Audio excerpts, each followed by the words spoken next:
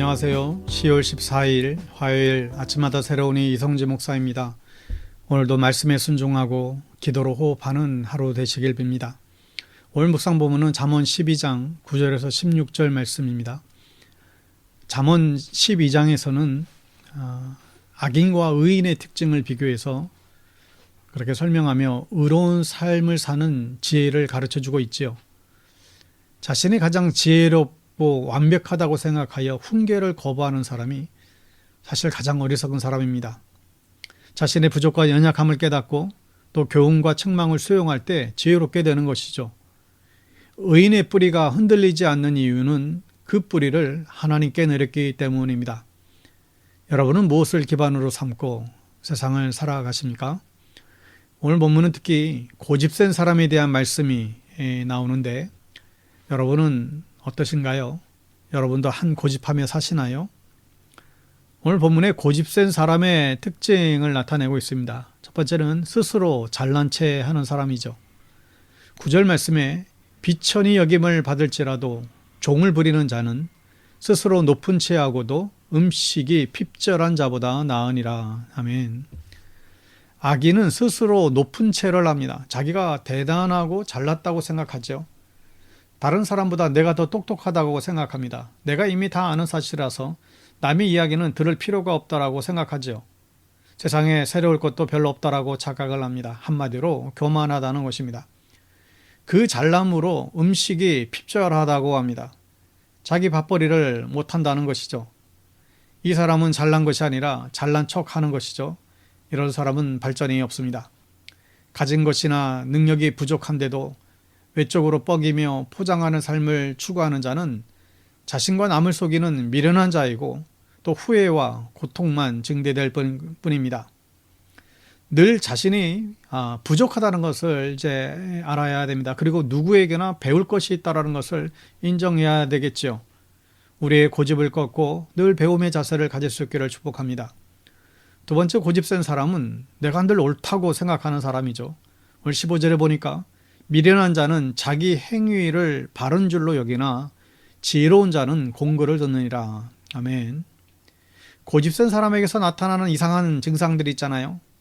그들은 자신이 고집세다는 것을 절대로 인정하지 않아요. 자신은 무척 남의 말을 잘 듣는다라고 또 착각하며 삽니다. 또 늘 자신이 피해자라고 생각해요. 세상에 나 같은 사람이 많으면 참 행복할 것이다 착각합니다. 이런 분들이 예상외로 많습니다. 자기 중심적이라는 거예요.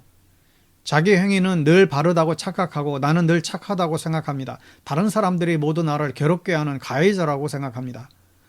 늘 매사에 자신이 기준이 되는 것입니다. 심지어 하나님의 말씀도 자기 생각으로 옳다 틀렸다 판단할 때가 있죠.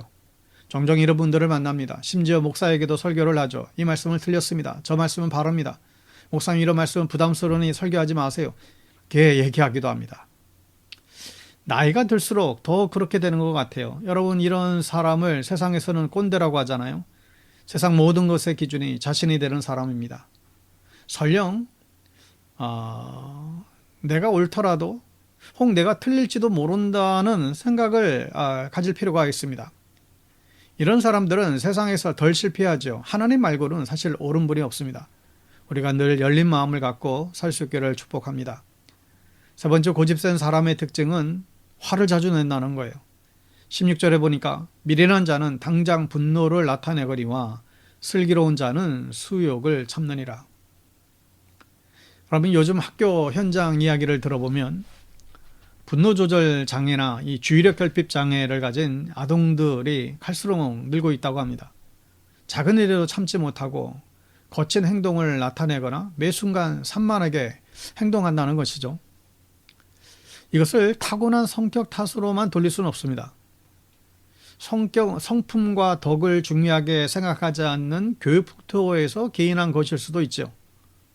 특히나 고집센 사람들은 화를 자주 내요. 자기 마음대로 안 되면 화를 내고 소리를 지릅니다. 그러나 지혜로운 사람은 화날 날이 있더라 할지라도 일단 참지요.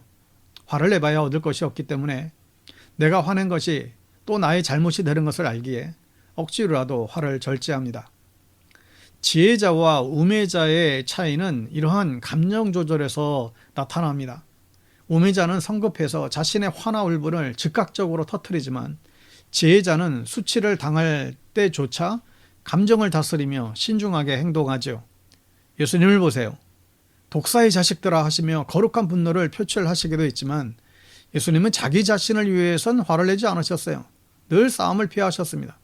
십자가의 고통과 모욕도 예수님께서는 참아내셨죠. 세상이 나를 화나게 하지만 여러분 화를 참으십시오. 들을 게 있는 사람이 되십시오. 귀가 있다고 다 듣는 것이 아니라고 했잖아요. 하나님의 말씀도 마음이 열려야 귀가 열리는 것이죠. 내가 옳다는 생각을 내려놓고 다른 이의 소리에 귀 기울이는 저와 여러분들이 될 수 있기를 간절히 축복합니다. 샬롬.